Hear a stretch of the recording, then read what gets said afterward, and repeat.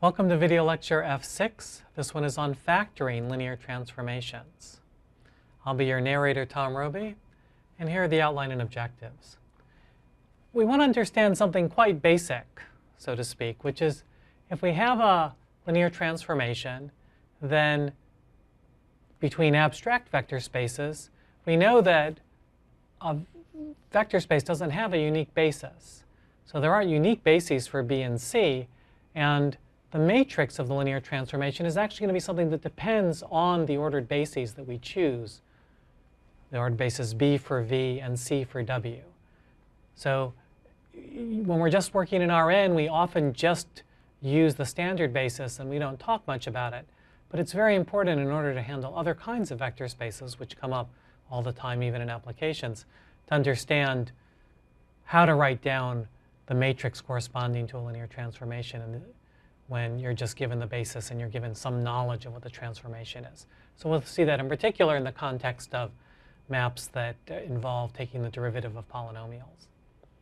And then we'll analyze what diagonalization of a matrix A, what we did just recently, what it looks like. You can think of it as the result of computing an ideal basis, a basis of eigenvectors for the linear transformation that sends x to ax. And then you're changing coordinates relative to that basis. So this is the culmination of a lot of stuff, and it's an extremely important idea to get across. It's unfortunately buried in a lot of notation. So if the notation is throwing you, try to still see if you can get the big picture of what's going on. And I'll try to clarify that as best I can while still being precise. So here's the definition. This definition is actually pretty easy to do in practice. So I've got a linear transformation between two vector spaces, and the matrix of it will be relative to the bases that I pick for V and W. So B is a basis for V, C is a basis for W. They're ordered bases so that I can write down, when I write down a matrix, I have to write the rows and columns in order. And because they're bases, and this is a linear transformation, I can take any of the basis vectors for V, say B1, B sub I here, and I can write it in terms of the basis C. Okay? And that's just because the whole point of a basis is that it gives you a unique way to write out any element. And I'm going to call these things A1I through AMI. Okay, so T of BI is going to be this. And what I'm really doing is I'm thinking about T of BI as being a column vector in a matrix. And so then the matrix of T relative to B and C will just be this Aij, this matrix. And it'll be a cardinality of C cross cardinality of B matrix. So in the situation, the general situation, I'll have an M by N matrix. Okay? So the idea is that, you know, I can write, and then once I know what T is on a basis, I know what T is on anything, because I can always, because it's a linear transformation, if I want to write T of some linear combination of the B sub i's, I can just expand that out as the linear combination of the T of BI's. Okay? So the idea is that I'll have, so my output matrix is going to be the matrix that looks like this. T of B1 written in the C basis, then T of B2 written in the C basis, and finally T of Bn written in the C basis, and each of these column vectors. And so I really kind of think about C1 is here, C2 is here, dot, dot, dot. Cm is here, and here I've got B1, B2, Bn. Okay? You can't, I didn't leave myself enough space. I guess you can see that. Let me write the C1, C2, Cm over here in case you couldn't see that. Okay, so let's look at an example right away. Suppose that I look at a map that's very familiar, namely taking the derivative of a polynomial. So I can think of that as going from polynomials of degree 3 or less to polynomials of degree 2 or less, because the derivative drops the degree. So those are vector spaces of different dimensions. And I can have lots of different bases for these vector spaces. So instead of using the standard one, the 1t squared, and so on, let me use this funny one here just so that we can, it'll be more illustrative for what's going on. And so what I want to do now is compute the other values that go in this matrix. So just like I did above, I want to think about, here I've got b1, which is 1. And here I've got b2, which is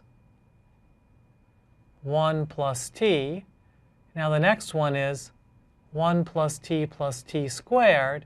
And this last one is 1 plus t squared plus t cubed. Okay? Going down the sides, I've got a similar basis. So here I've got 1. Here I've got 1 plus t. And here I've got, at the bottom, 1 plus t squared. Okay?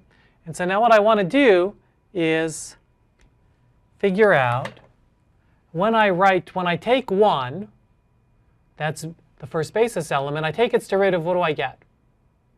I just get 0. When I write that in terms of this basis, all the coefficients are 0. So that means I'll have 0 here, 0 here, and 0 here. So I just have 3 zeros. Okay, now what happens when I look at 1 plus t? I take its derivative, and I get the value 1. So 1 means I have 1, 1, and none of these. So for this one, I'll just have the 1 at the top, but then I'll have a 0 here and a 0 here. Now what happens with 1 plus t squared? Well, when I take the derivative of this, I get 1 plus 2t. I need to express 1 plus 2t in terms of this basis. Well, I don't need any of the 1 plus t squared, so that'll be a 0. Okay, so I can indicate that by writing the 0 here right away. And now, how many 1 plus t's do I need? Well, I'm going to have 2, right? So I'll make a note over here. So d of 1 plus t squared is equal to 1 plus 2t. And that's equal to 2 times 1 plus t plus, and now I've got 2 here, so I need plus minus 1 times 1. Okay, so that means that the coefficients that I want here are minus 1 here and 1 there. Okay, and so that's the output of this vector. I take t of this vector and I write it in terms of this vector. So finally, let's do the last one. D of 1 plus t squared plus t cubed is equal to 1 plus 2t plus 3t squared. Now I need to write that in terms of this basis. Well, it's easier for me to think about it the other way, but I'm going to need 3 of the 1 plus t squareds. So I'll need 3 1 plus t squareds. Then I'll have 3 t's, but I only need 2 t's, so I'm going to need a minus 1 plus t in order to make that work. So now I'll have 3t minus t is 2t. I'll have plus 3 minus 1, that's 2. And so I'll need another minus 1 here. So minus 1 times 1, the polynomial one, minus 1 times 1 plus t plus 3. So I get minus 1, 3. Let's see, I already had 1 minus 1 typeset, so then the other one becomes minus 1, 3. Okay? So now I've computed the matrix of this linear transformation with respect to the ordered bases that I happen to have picked. Okay? So that's how this kind of thing works. And in the next slide, we'll specialize down to the case where v and w are the same, where we have what's called the linear operator. So you can repeat it over and over again, and that's a situation in which we have eigenvalues and eigenvectors. But this idea of writing the matrix of a linear transformation relative to two bases is quite a standard notion, and it comes up in other situations as well.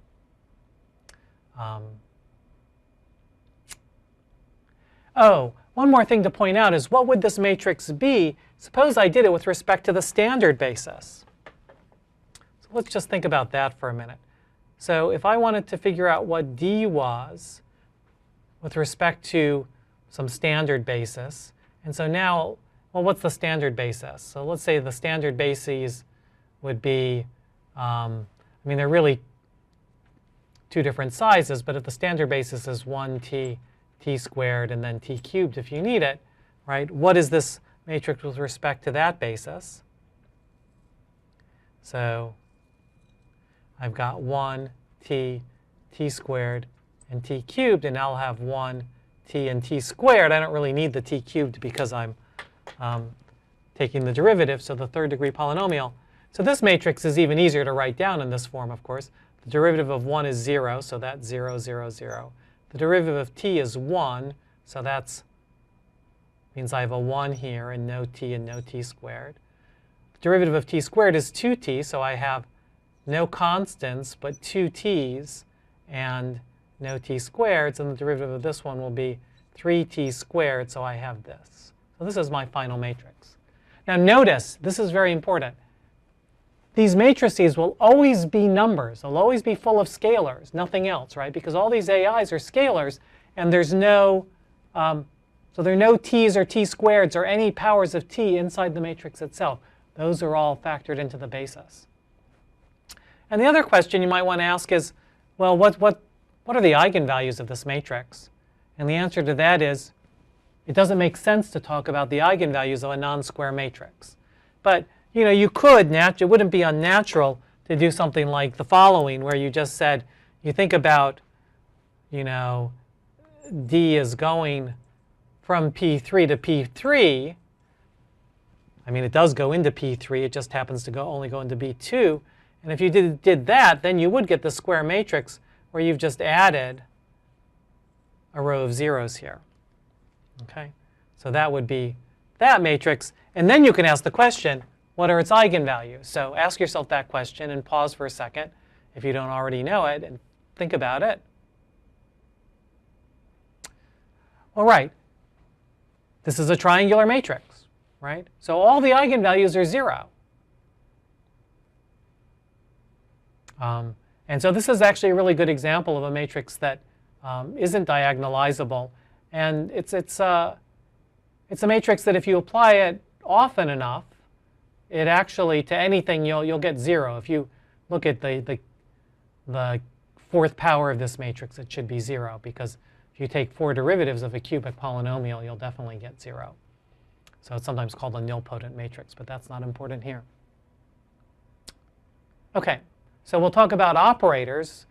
So I could have thought about taking the derivative as an operator on P3, but I wanted to show you an example where v and w were not the same dimension. So we'll talk about the operator case in the next slide.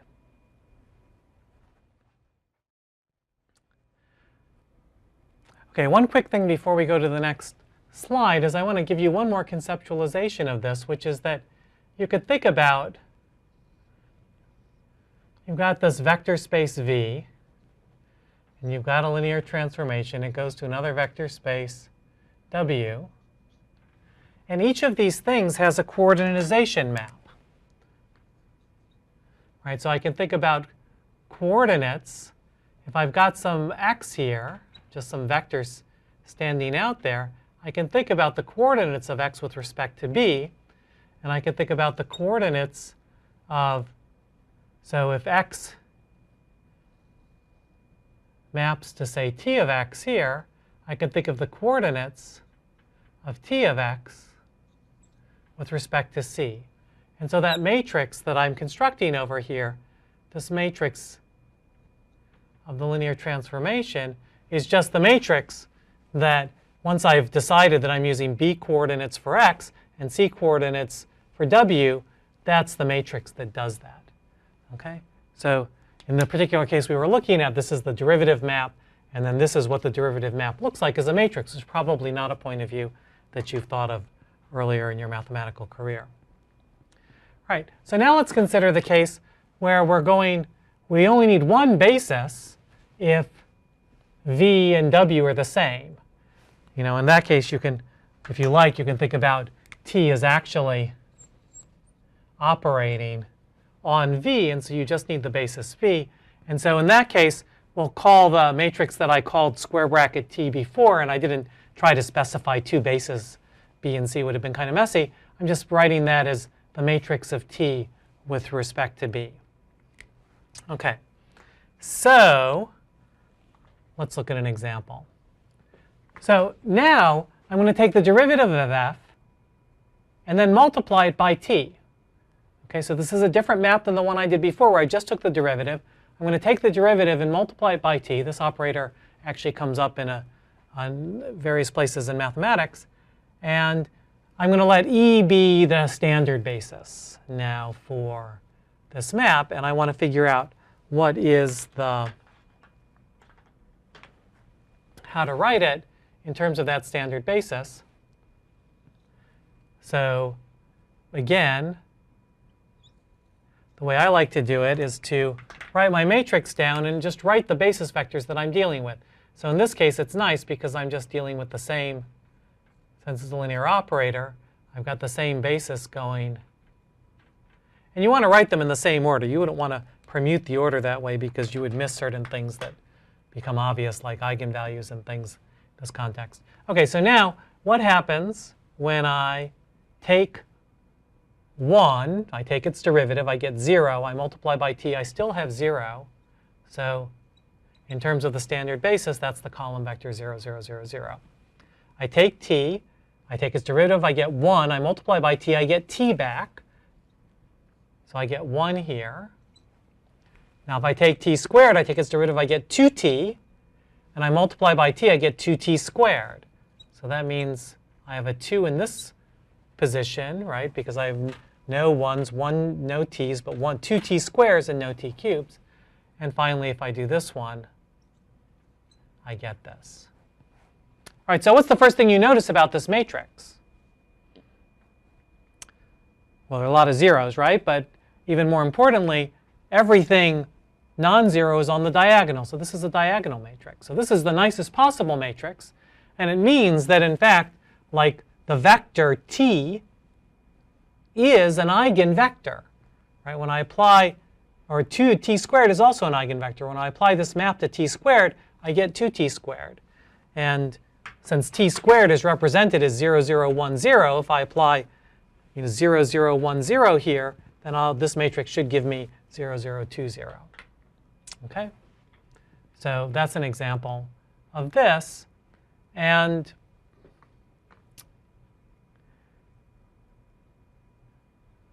I guess it's this same picture here, except where v and w are the same. And you think about, right, the matrix of t now with respect to b is just taking us to the situation where b equals c.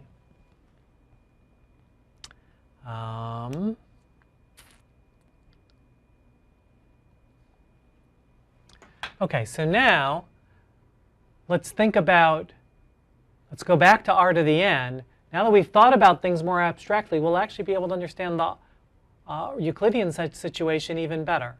So the point is that similar matrices can represent the same linear transformation in r to the n, just with respect to different bases. Now, that actually puts pretty severe restrictions on what matrices can actually be similar. I mean, in particular, similar matrices have to have the same eigen values, as we already saw, because they have the same characteristic polynomial. So that's one big thing. So suppose that I've got two matrices A and C, which are similar to each other. So A equals PCP inverse, where P is this invertible matrix. And of course, an invertible matrix can always be thought of as a bunch of columns, which are basis for r to the n because it's invertible. And now let's let T be the linear transformation where x goes to ax. Right? So I want to abstract the idea of x going to ax as being, well, sure, it takes a column of numbers to another column of numbers by multiplying by a. But I want to think about that as an abstract linear transformation, because when I write x goes to ax, I'm really thinking about a and x both as being with respect to a standard basis. And now I want to represent this with respect to a non-standard basis, which might make it easier to understand. Just like this is a really easy linear transformation to understand, but if I wrote it in terms of some different basis, it wouldn't be. So here, what do I have? I've got C is, right, if this is true, then C actually represents the matrix of this linear transformation with respect to B. It's the B matrix of T. Okay, so what's the picture I want to draw here? I've got Euclidean space.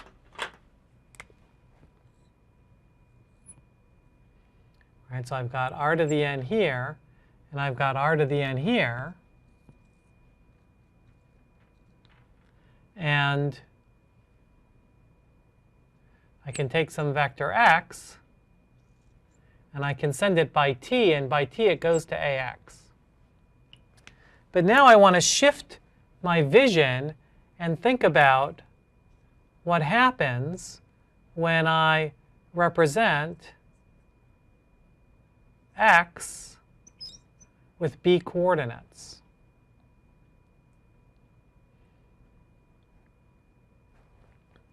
Okay, so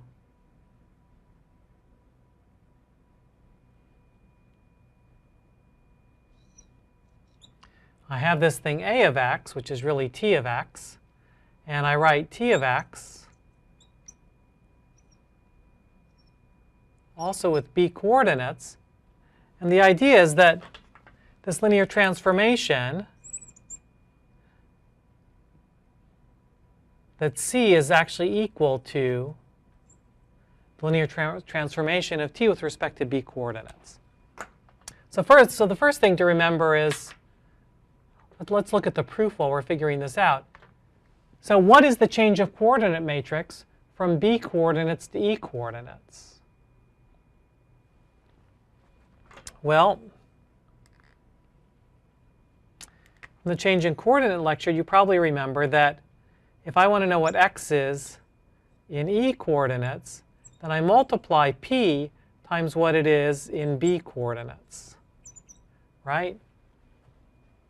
Because, think about it, if I have, for example, 1, 0, 0, 0, 0 in b coordinates, that means when I multiply that by b, I just get the first column of p, which is exactly equal to b1. Okay, so that's the right way to do it.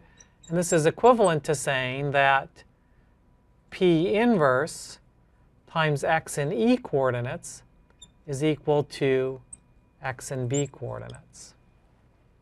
Okay, so if I want to go this way, then I have to multiply by p inverse. And over here, I need to multiply by p. And so I can think about this linear transformation. If for some reason C is going to be better, like it's going to be a diagonal matrix, then what happens is that I'll have x multiplied by ax at the ordinary Rn level. If I compute p inverse of this to figure out what x is in b coordinates, and then I apply this, and I guess this is really still, I should think about this as going this way, that'll be p inverse p. So p is going up, and p inverse is going down. Okay. So what's going on here? It's really the computation is pretty straightforward, but you have to understand all the pieces to make sense out of it. So if I want t with respect to b coordinates, well, then I do that column by column. That's what I've been saying all along. I take t of b1 in b coordinates, dot, dot, dot, t of bn in b coordinates.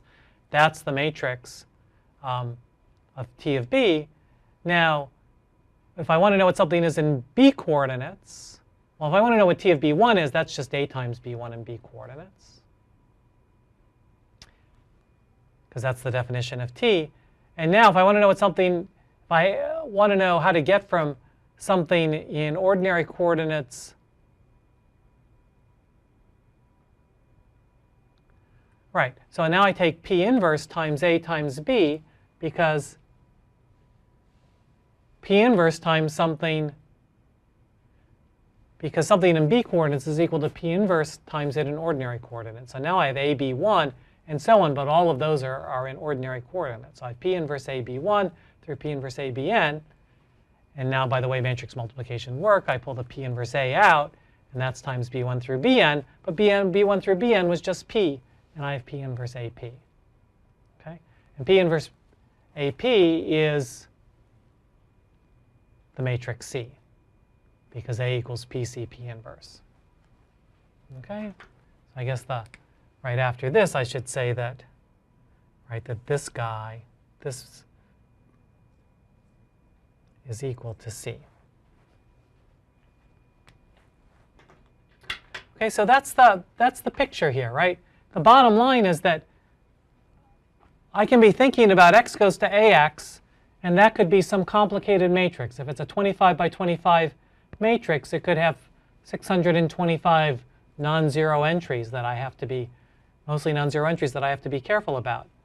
But if I can figure out how to diagonalize it, then with respect to the basis of eigenvectors, I can rewrite that matrix as a diagonal matrix with 25 entries. Everything else is 0, and it's really easy to see what the steady state behavior of that will be. So here's one more example to think about. So suppose A is this 2 by 2 matrix, 13, negative 15, 10, negative 12, and it diagonalizes this way. And so what that means is that if instead of thinking about R2 in terms of the standard basis, I think about R2 in terms of the basis 3, 2, and 1, 1. So what does that mean? That means that I've got 3, 2 like this, and 1, 1 like this. Then in terms of that basis, if I write anything in terms of that basis, then along this direction, things just get stretched by 3, because 3, 2 is the eigenvector corresponding to 3.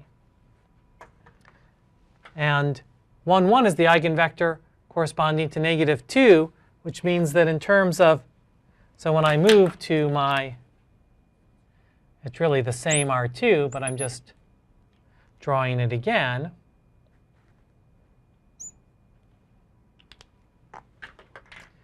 Everything gets rescaled by a factor of 3 along this axis.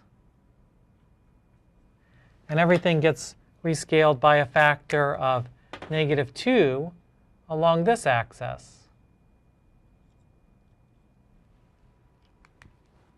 Okay? So that's the kind of analysis that you can do with similarity of matrices. Finding a matrix, a diagonal matrix that's similar to another one, allows you to understand it. And then what that means then is that if I apply this matrix a bunch of times and I've got a vector that's in this direction, that'll expand. That'll also be the direction of maximum expansion. Right? If I look at where the largest eigenvalue is, that's the vector that I want to use as my inputs if I want to have things increase as much as possible. On the other hand, if I want things to not increase so much, then I maybe want to use the negative 2. I want to point things in that direction instead of that direction.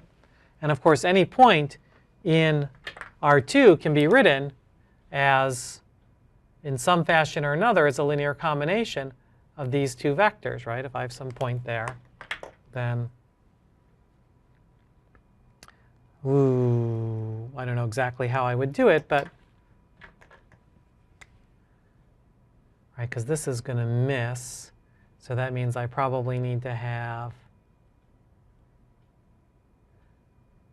I probably have to go like way up here and then use some negative of that in order to construct this vector. But I can do it in terms of these two vectors. And so then once I do that, then, so maybe this point that I drew is, in terms of the basis B, it looks like, what, 1, 2, 3, 4, looks like 5 of those guys, and then maybe minus 1 of those guys in terms of B. And so now I know that 5 minus 1 in terms of B will just go to, in terms of B coordinates, it'll go to 15 and 2. Okay, so then I can just figure out what's 15 of these guys plus 2 of those guys, and that'll be the output vector.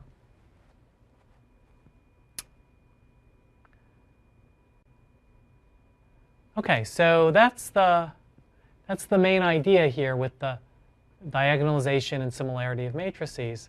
And probably you'll need to do some more examples in the various homework and worksheets to really make sense out of it. But I hope this at least gives you a good initial sense of how this all works.